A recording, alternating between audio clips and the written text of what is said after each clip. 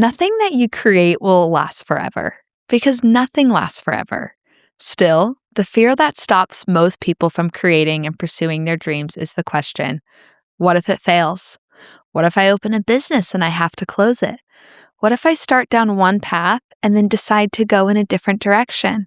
What will people think of me? Today's guest, Grace Vroom, shares in depth about her experience in closing her business, Dry Drinkery. I had Grace on the podcast sharing all about her decision to open her business, a non-alcoholic bottle shop, which was inspired by her journey with sobriety and desire to support the sober community. Check out the last episode, part 1, to hear all about creating Dear Dry and sober living.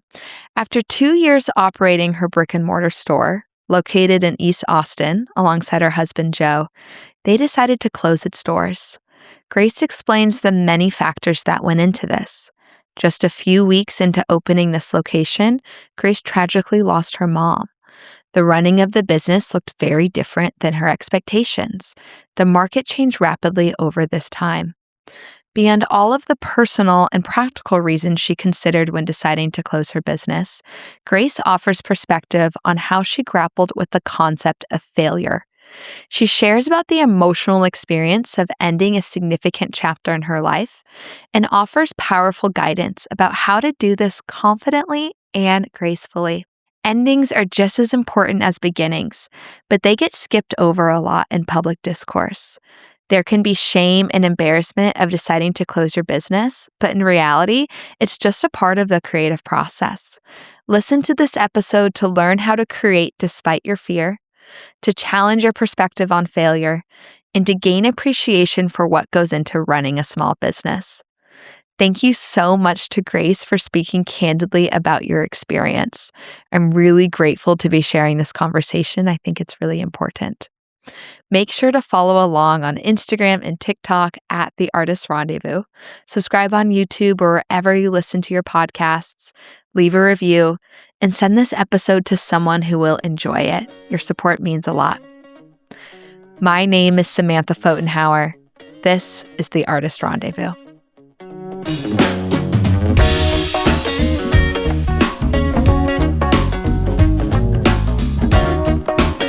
Hi, Grace. Welcome back to the Artist Rendezvous. Thank you. It's so great to be back. I'm so happy talking with you. So I know that there were many decisions that led you to close Dry Drinkery. Yeah.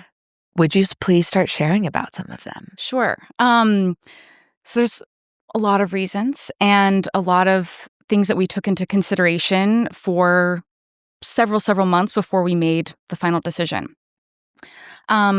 A lot of things on sort of our personal side, and then a lot of things happening just in the world with the economy, the trends, all of that. So first was having our own store. We were in Dry January, our first Dry January, our big marathon. 9 days into the month, my mom died. And we realized that we were going to have to plan a funeral from the shop and that we didn't have employees to help out. We didn't have anything set into place where we could take the break that I needed, my husband needed at the time. And that was a big wake-up call for us. Then my husband's family, some things happened there. We were, again, just prioritizing our families and figuring out that that was going to be really difficult. We also experienced 2 break-ins while we were there. We had an enormous amount of support from our community and other local businesses, but it was also emotionally overwhelming. It was financially tough.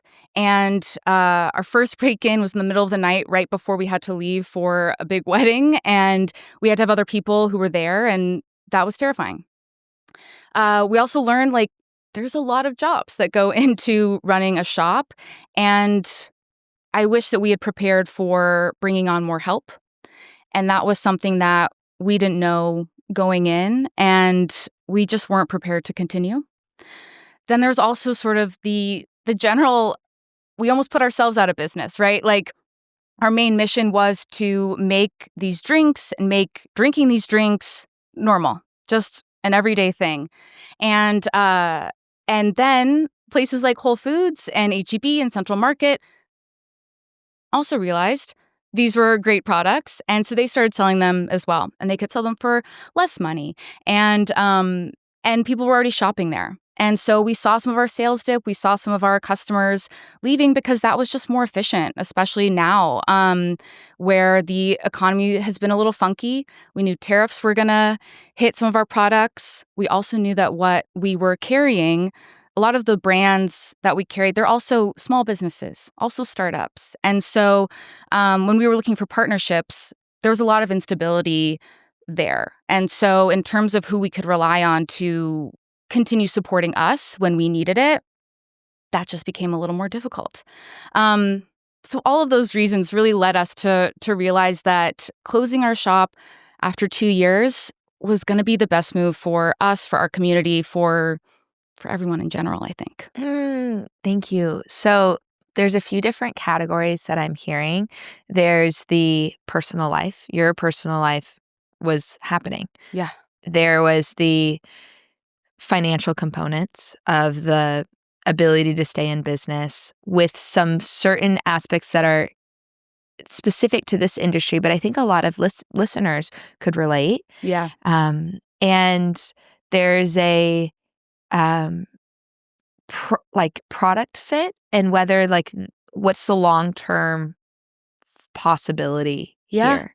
And then other ones too. Oh, and then there's a scope issue. It's like, how did the scope of what this business was and what our role in it transform dramatically from what we visioned? Because it's not just, hire more help. It's, can we afford to hire more help? Yeah. Do we have, does this make sense in our budget? If we budgeted as we're going to work and not pay ourselves or pay ourselves less so we could do this, and then all of a sudden we're now event planners and we are doing a million other jobs, it changes it. So let's start with the personal piece. Sure. What was that like to start a business and to have a massive loss of your mom, Ginger? Certainly overwhelming. I know that she was a very she was a really powerful woman, and she had an incredible career that was she was in Oprah magazine as one of 5 women that Oprah wanted to switch jobs with. Oh my gosh. And so what did she do? She was a VP at Neiman Marcus. I'm from Dallas. And so she chose the fantasy gifts for the Christmas catalog every year. And so that was her job for 21 years. And she did corporate communications for the company. And so being an entrepreneur and doing my own thing, I know is something she would have loved. And I think about, she was sick for about 8 years before she died.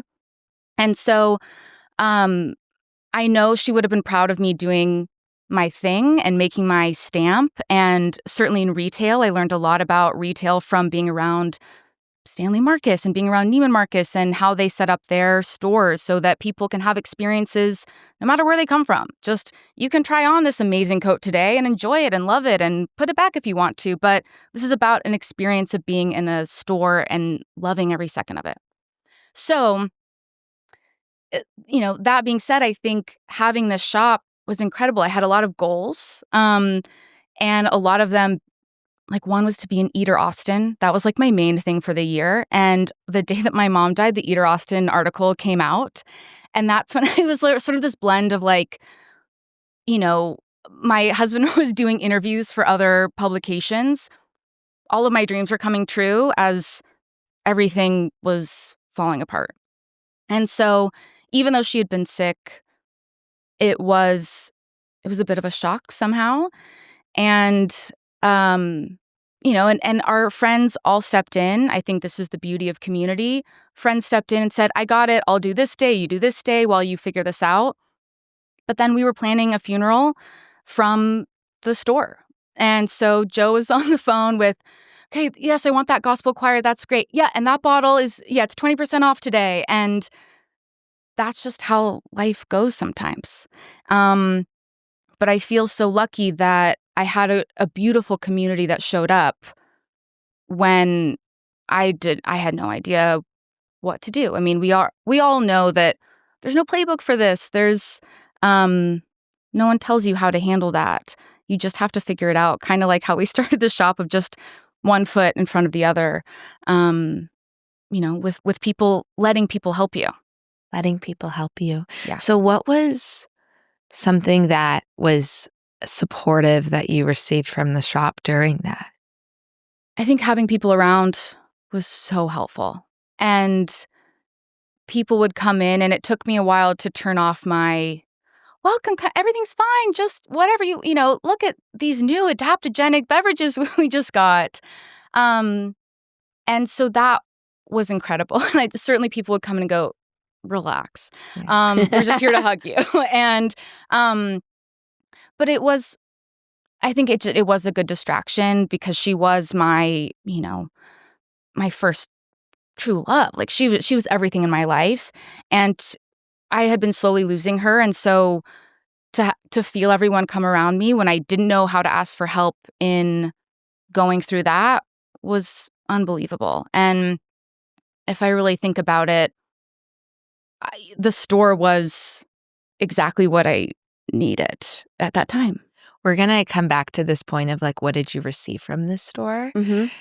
Even though it closed, because people Yeah. have this fear, understandably, like, well, what if I do it and it doesn't live forever? Which is essentially what they're Yeah. saying. It's like, yeah, but what if I Doesn't did it have and to. it closes after 2 years, or after 6 months, or after 5 years, and you receive so much, and one of them was a place for people to access you, Totally. that they could come in, and a community that could be richer and stronger. Totally. And that's just true for your life, but also in that moment, you got to see it and to feel it. Yeah. Do you have any suggestions for somebody who is starting a business or a significant creative project and is going through an intense life experience, whether it's loss, but anything where it's like there's something in my personal life I wasn't expecting Mm-hmm. that is all of a sudden really big? Yeah. I really do think I'm a very independent person. I don't enjoy asking for help. All of this was an exercise in I had to ask for help. And so I think letting everything that you're doing at that moment, it doesn't all have to stop. It would probably feel nice if it did, but letting it all kind of, I don't know, bleed into each other and not isolate, and let what you've been working on, sort of help you through that. And because unexpected things happen all the time. I'm someone with a lot of anxiety, and so I contemplate what ifs all the time, and most of them never happen.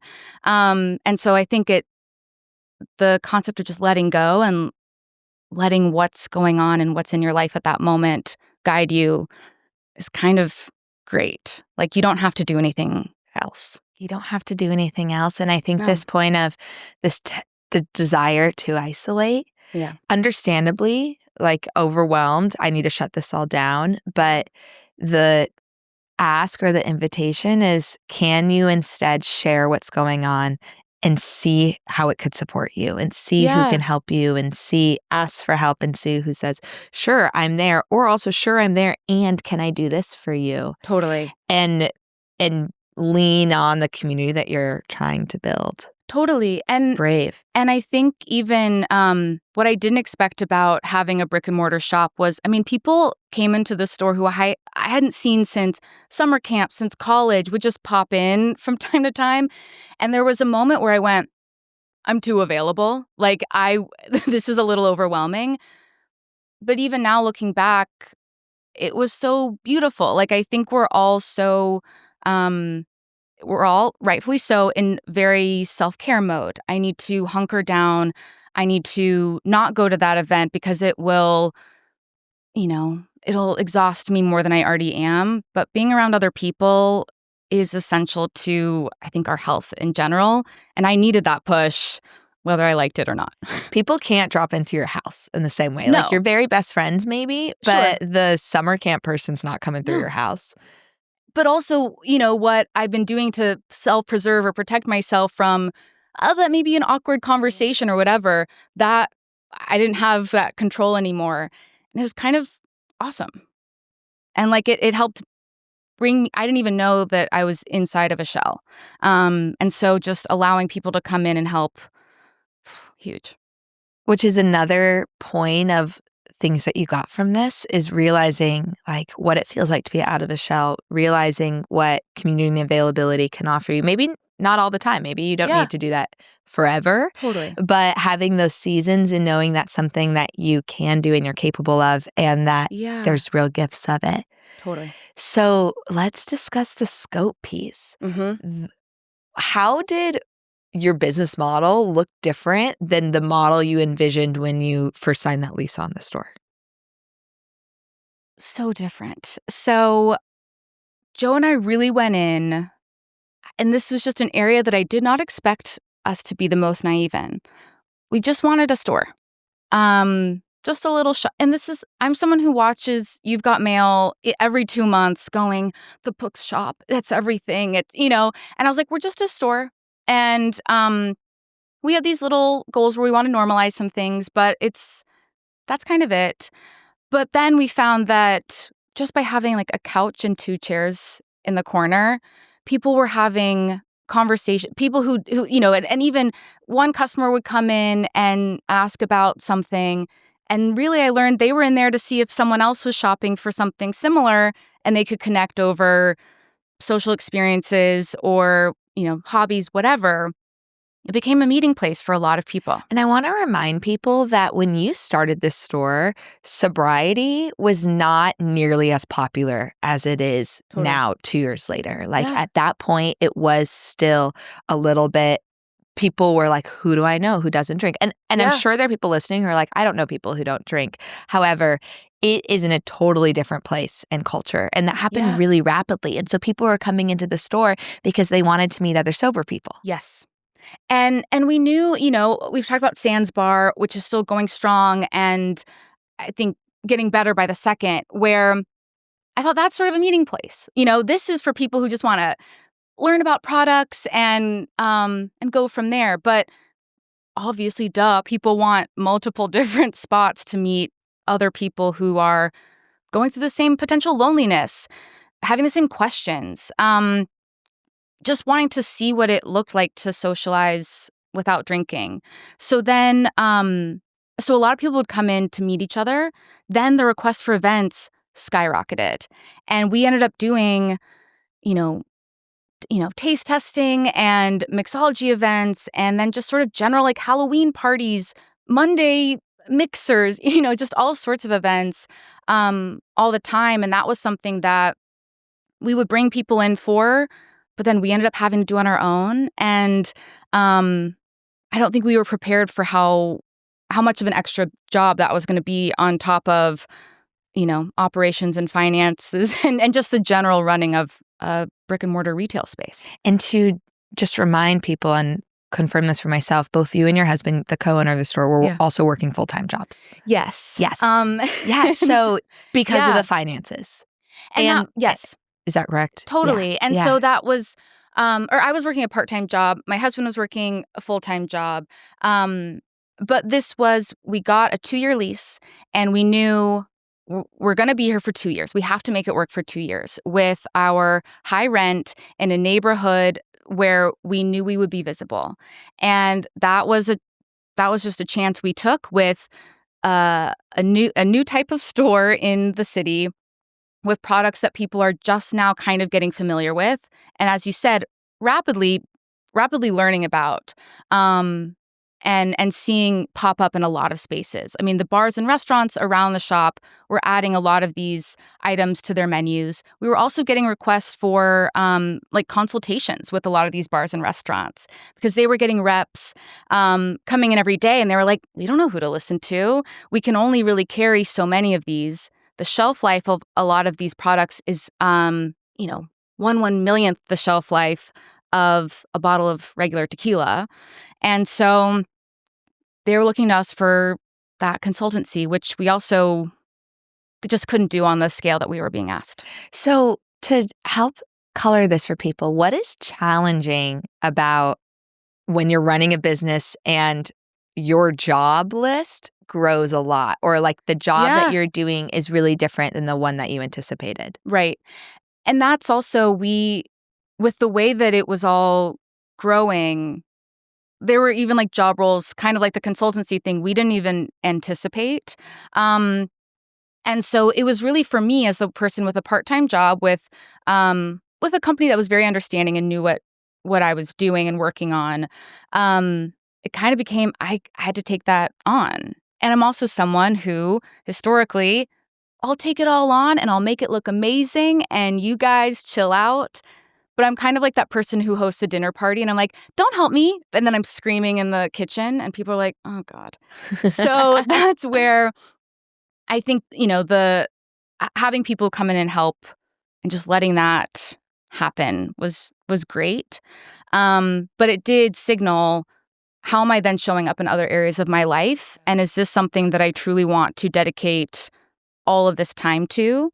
Because at a certain point, there was so much to be done.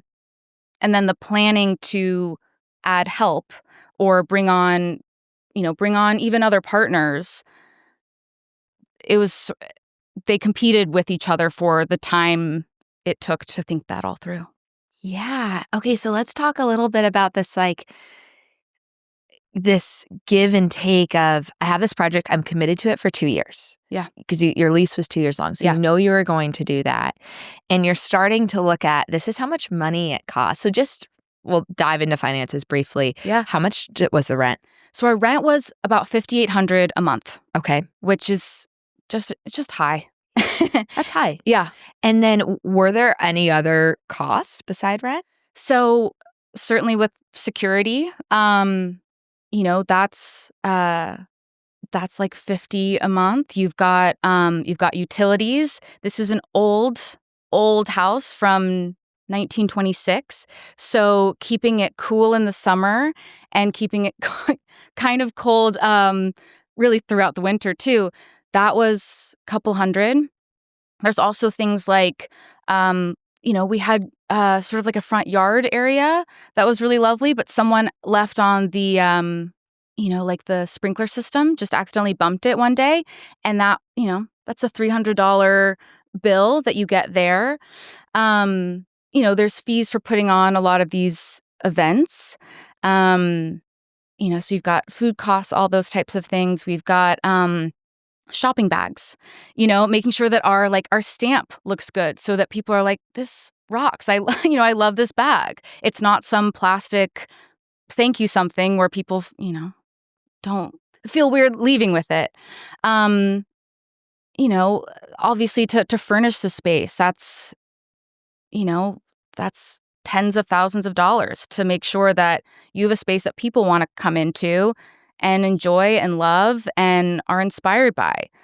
That just costs money. Yeah. And I just want to invite everybody to just think about that.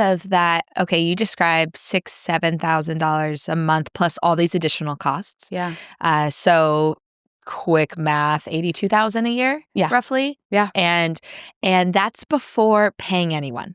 That's before paying yourself or anyone. Yep. That is just to break even. Yep. And you're investing a lot of time into those, both you and your husband.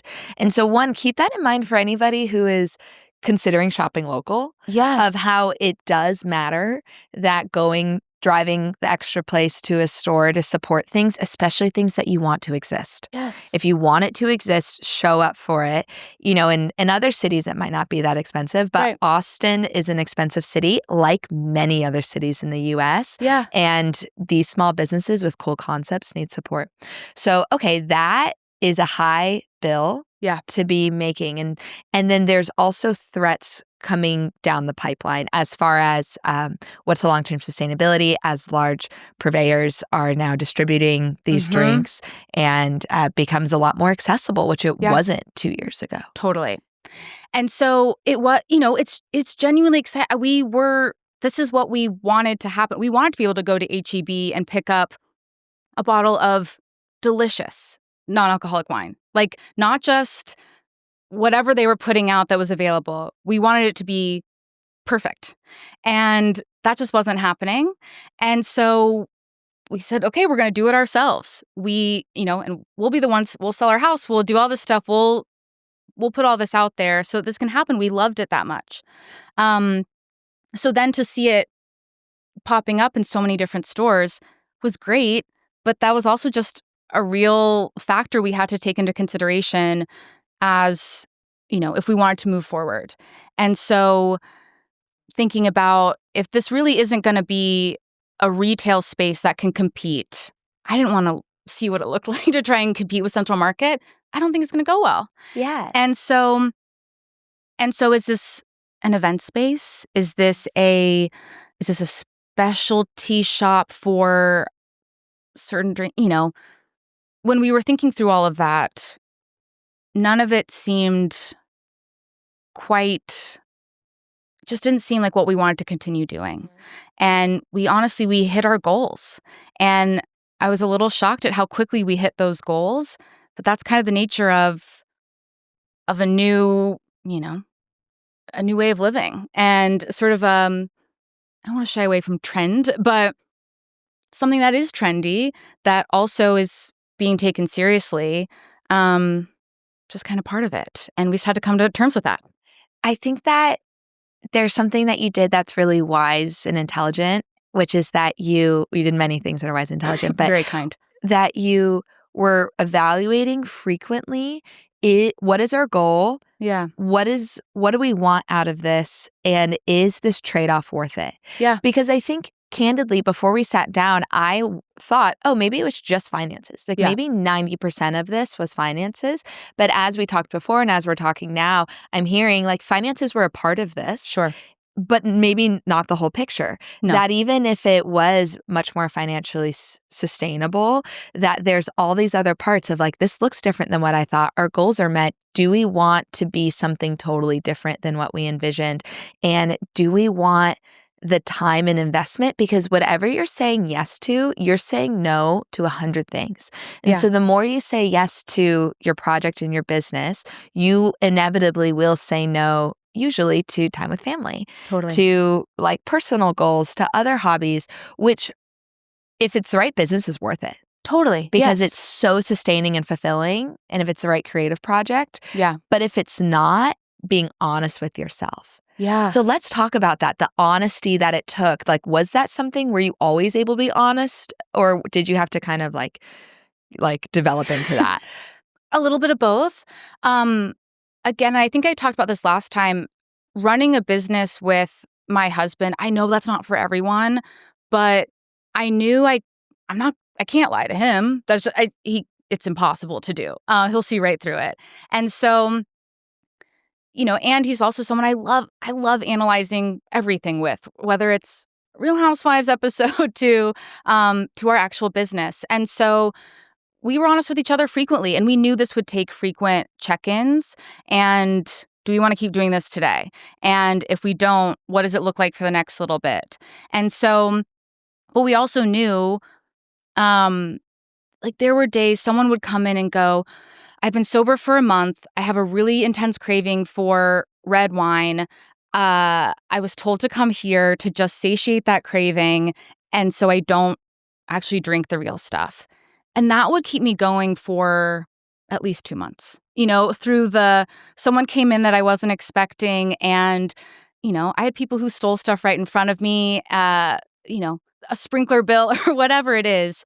That was all fine if I had one of those. And that was amazing. But, that almost that candy bar wasn't going to be nutritious enough to last us beyond, I think, our 2-year lease. And so I just feel really lucky that I had someone with me who I could bounce all of that off of. If I didn't, I would probably, questioning with myself in the mirror. It was just going to be really hard. So having that other person was crucial. There's another thing that you said in there I want to underscore for the listeners, which is tell businesses or creatives that have an impact on you that they had that. Yes. If there is a place that you love going that is just special to you for any reason, or a musician that you love to listen to or anything, especially if it's small, Yeah. tell them, Yeah. because that comment can make such a huge difference in deciding to continue. And again, continuing isn't necessarily the goal or success, Yeah. but it's important. And it's Yes. important to understand that what you gave these years to and this effort and time and money meant things to people. Totally. I mean, there would be times when even 2 months after my mom died, I'm still thinking about, obviously that's still on my mind. And I've been working a part-time job. I've been at the shop for 8.5 hours a day for 6 days a week. Someone's just come in and complained about the parking again because parking in East Austin is hell. And and an order is late or an order came in and all of the bottles were broken. And so I've had to take a photo, send some emails, etc. And those are tough days, and those days are frequent. I think, my fellow millennials, we have big ideas around, I'm going to open up a cafe that's also a jazz club that also allows for, a book club. And we have all these ideas about community and finding joy because of all the reasons. And we see ourselves today in the planning, and we see ourselves on the best day stocking the books and pouring a glass of something to our best friend. But we don't see the reality in between, which is I'm carrying, a box of something really fragile from the car. I drop it, it breaks. A stray cat comes by and starts hissing at me. Those are just kind of everyday things sometimes of running a small business. And so words like that and people coming in to share their appreciation, that's the equivalent of, gold. Yeah. Yeah. So there's a lot of challenges that came from this experience. What parts made it worth it? Even if you Yeah. knew, even if you knew it was ending, or I mean it did end, but knowing like, okay, I put a lot of time and energy and money, and I had a lot of days that were tough. And I was going through a massive crisis, life crisis in this. What parts of the experience were deeply fulfilling that you'll stay with you? What really made it worth it was knowing that we did it. And you mentioned before, learning what you're capable of can be a huge lesson and a great takeaway. And I know so many people, and I'm the same way, where I've got a lot of ideas and I think about it and then I can't do it, or something comes up where you just don't see it through. But you wonder, what if I had what if I pushed through that little thing? What could it have looked like? And I feel so grateful. I mean, the number one thing Joe and I talk about all the time, we did it. We can do anything. Like, moving forward, I'm like, even though we spent that money on that, I know we can do literally anything. To be able to go through those days and sit in this shop and know that this is ours, that it came to life, just opening the doors day one, that felt like that was a success to us. And just knowing that we have that capability. I think there's an element of, yeah, I wish we had thought through some more things, certainly. But also, I think if we had overthought it, we wouldn't have done it. And we wouldn't have both known that we can do anything we want to moving forward. Our lives, it's so easy to focus on the achievements, but Yeah. they really are made up of the experiences that fulfill us and that change our perspective. Yeah. And when you go do something challenging and then show that you're capable, your ability to vision of what's possible and your self-concept radically changes. And it's a massive gift to yourself. Yeah. And I feel so lucky that we were able to give that to ourselves. I think about how many people aren't able to give that to themselves.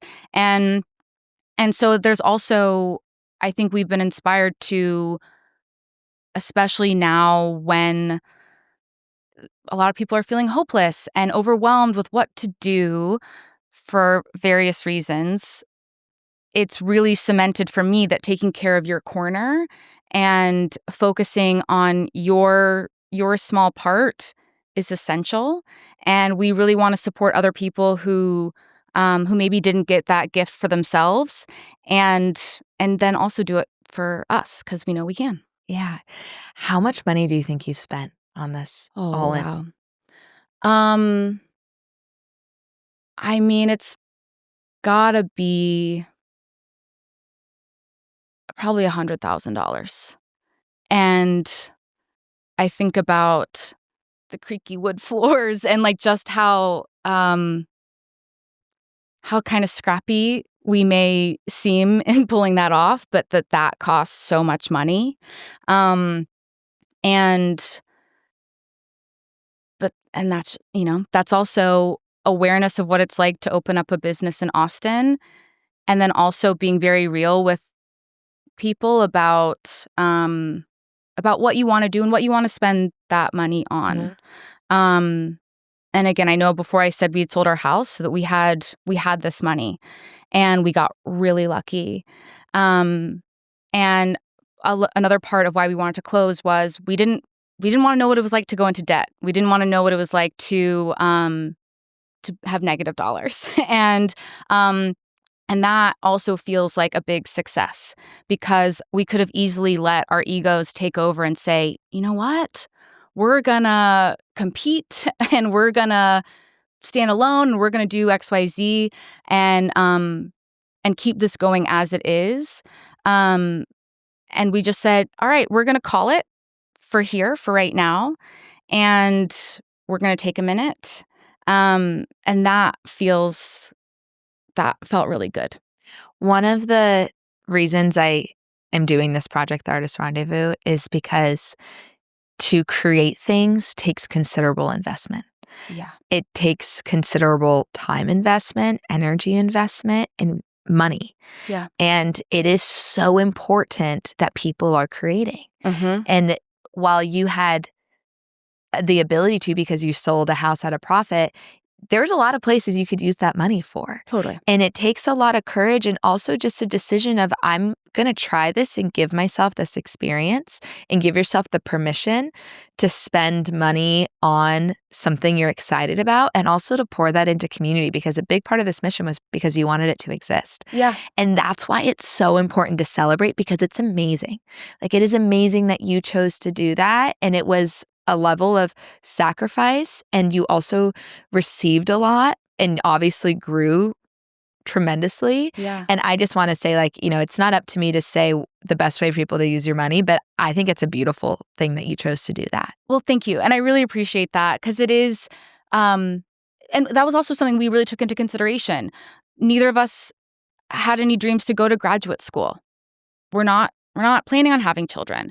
And so this was what we wanted to focus on. And this is what we wanted to, and we want it to not just be for us. We did really want to consider if we could make something for other people to just also see what they're capable of. And it's been really great to see what's been born out of things that happened at Deer, like even different events of people meeting each other and feeling like, oh, I could do this. And every time we were like, yes, and go do it.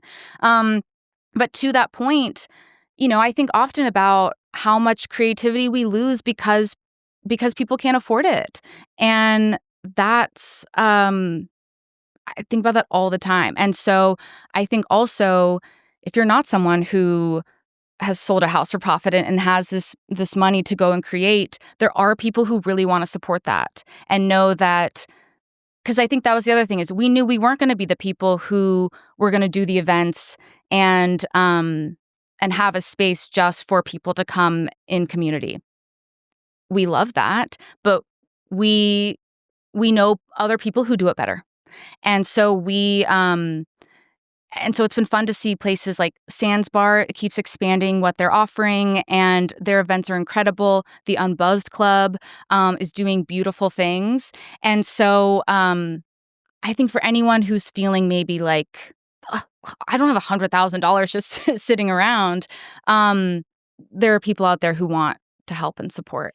I have really observed this in my own life over this year of you do not, when you're creating, you do not have to have the solution. You do need to take the first step and put yourself out there and see. And you might not, maybe you won't get the funders or the support, but you might.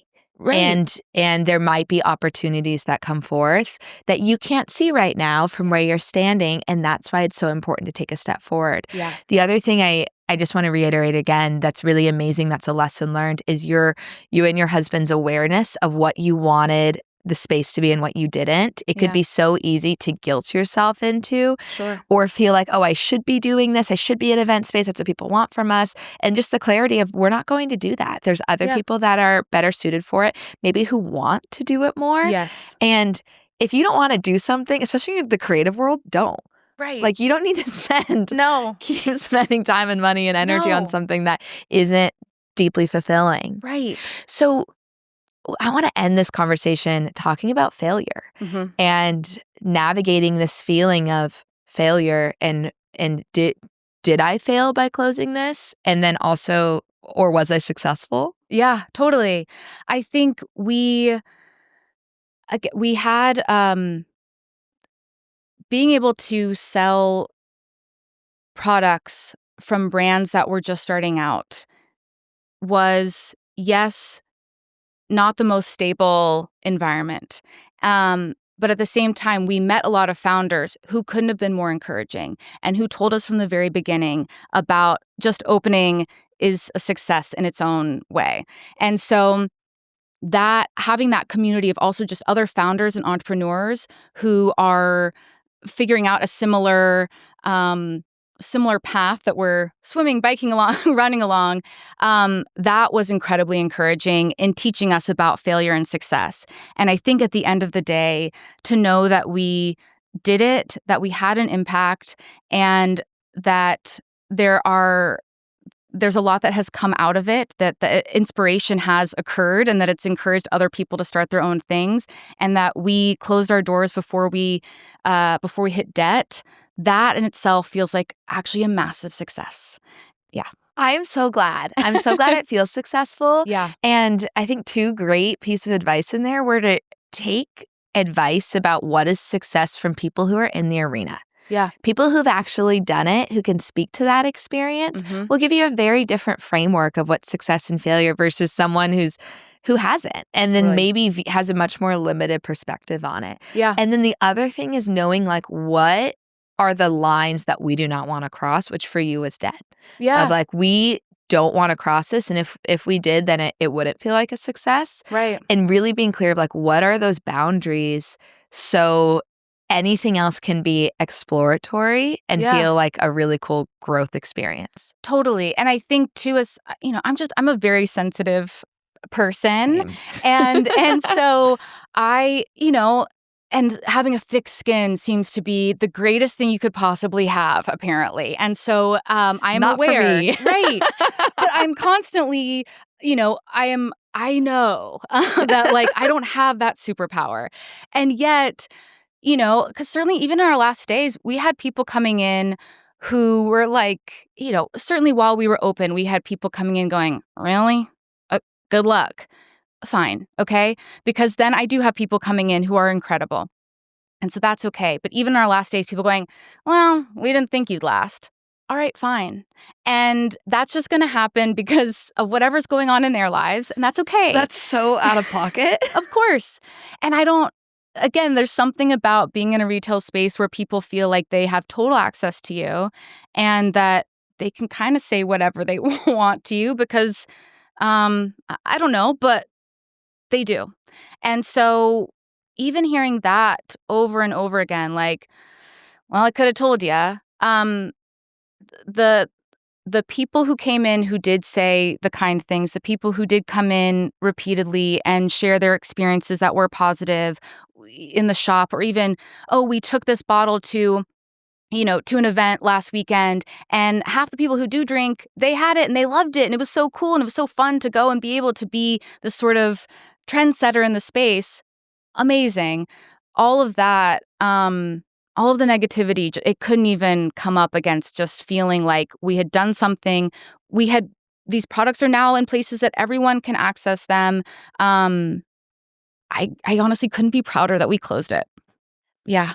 So if there's someone out there who's looking and saying, I need to close my business Yeah. for any reason you described or another one, and they're feeling like they're failing or they're really embarrassed. Yeah. That's what I'm hearing. Like, I'm Yeah. feeling embarrassed that I have to do this. What would you say to them? First, DM me, email me, vroom.grace@gmail.com, and I will tell you, like, what to say to haters. But it's all okay. And on the other side of embarrassment is everything that you want. And I don't know that I could have learned so much about myself or gotten all of the skills that I did not have before I opened the shop if I wasn't vulnerable, embarrassed, scared, all of the time. And so I know all those feelings that you're having, and at the end of the day, you got to do what's right for you for whatever reason, and it's going to be okay, and you got this. Oh, that's great guidance. Thank you. Yeah. And I agree. Again, it's people in the arena, and by that I mean people who are doing things and creating things won't say that. Yeah. Or usually wouldn't. Maybe there's a few bad actors out there, but usually wouldn't, because you're humbled by the experience and you recognize the vulnerability and the grit that it takes to even try. Yeah. And so it still hurts. It's still tough. And it can be a fear of being embarrassed when you actually know no one's actually going to judge you. No. But knowing that you did something is so powerful and so amazing and something to be really proud of. Yeah. And at the end of the day, you go home with yourself. You live in yourself, in your body. And if you're constantly trying to think about how others are perceiving you, I mean, you'll go nuts. Like, just go here. And that's really what matters. And so, yeah, stay true. Grace, thank you so much for coming back. Thank you for sharing a part 2.